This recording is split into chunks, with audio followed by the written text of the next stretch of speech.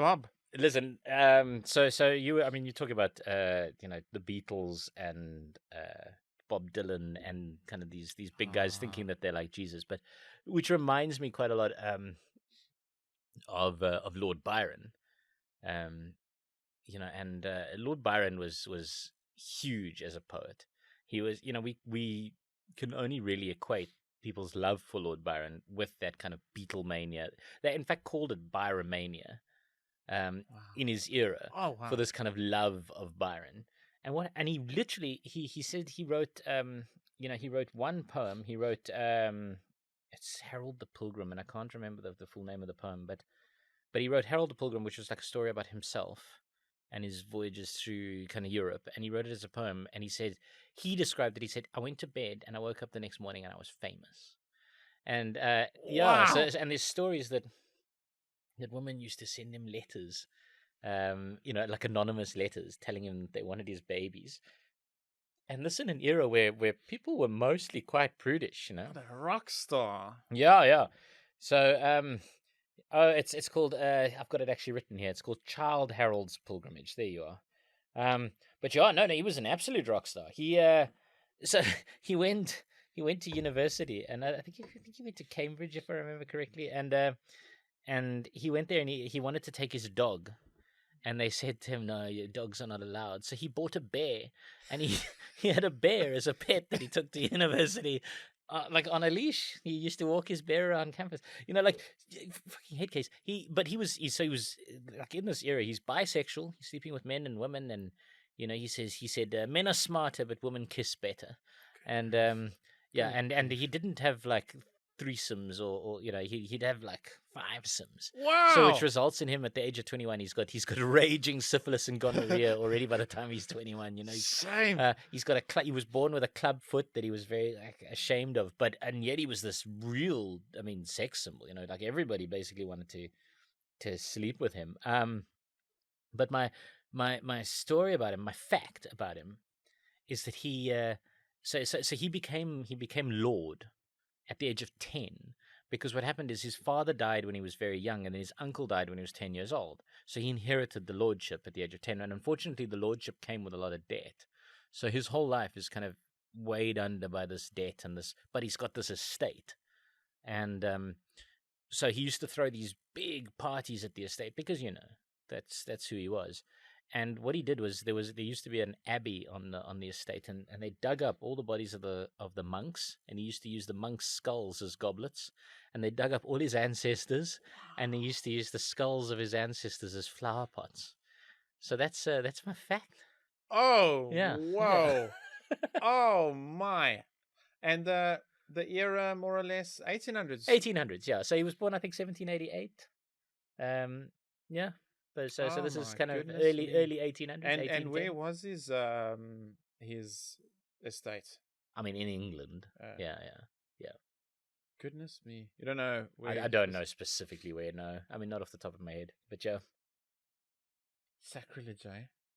Yeah. No, I think it's too far. No, for an Englishman, it's too far for an Englishman to go. Let me perhaps maybe fill you in with a little bit more fact then.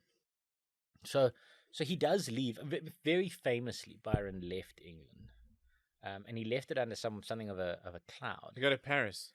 Well, he wound up in Venice and in Italy and eventually in Greece. But so what happened is he married a woman, because of his debt. And he was like, he was under stress and he was trying to pay his bills, and he married this woman, and then it became clear to her that he wasn't, the marrying kind, because his debt carried on growing, and he carried on partying, and he became worse and worse and worse as a human being. And she fell pregnant, and then before she'd even given birth, they decided to part ways. And so she gives birth to his only daughter, Ada Lovelace, no relation to Linda Lovelace from Deep Throat, but she so gives birth to her, and Ada never meets her father, and then but he leaves England at the time, and a lot of people were saying the reason he left England was because he'd impregnated his own half sister. Oh my! And there's the sort of facts around this are very thin. They say that Oh, yeah. So the baby was born in April 1814, and she'd spent the summer of 1813 at his house. So there's that, and then the baby was named Elizabeth Medora, and he wrote a poem in 1814 with Medora as the title. So people are like, oh, it kind of links up, and this rumor started, and then he leaves England, and to this day it's not been clarified. But those are really the only pieces of real kind of evidence. But it's clear that his ex-wife believed it's possible. Yeah, so we know that his ex-wife believed it's possible, but the baby's own father, official, the husband of his half sister, believed the baby was his. So but he leaves under this cloud of suspicion, and he goes and he lives in Italy, and he moves from Italy into Greece, and eventually he dies fighting in the Greek War of Independence against the Ottoman Empire. I mean, he didn't die in the fighting, but he was signed up and he was fighting, and he died of his illnesses, but he was there. And so he's a bit of a hero in Greece for kind of doing this. Wow. But yeah, so I mean, he did live this kind of really excessive life. Wow.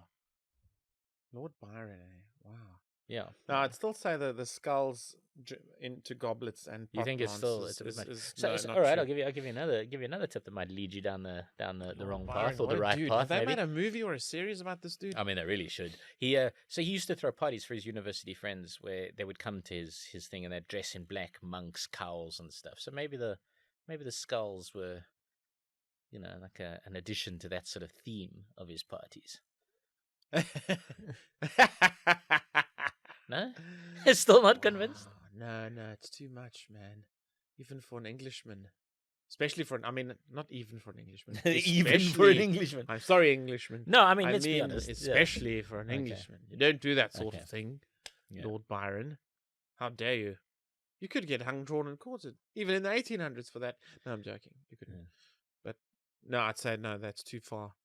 So it's 100% true. Good grief, 100% man. True. In fact, when his friend Percy Shelley died, the poet Percy Shelley, yes. he died in 1822, and Byron requested his skull.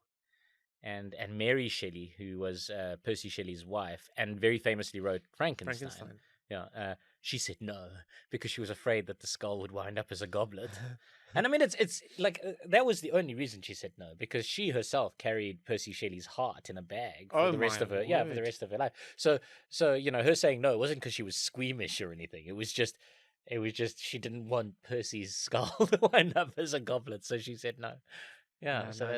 Byron, no. I'm sorry. I know you just say you're going to keep it, but I know what's going to happen at the next part. You're going to whose skull can we drink ale out of?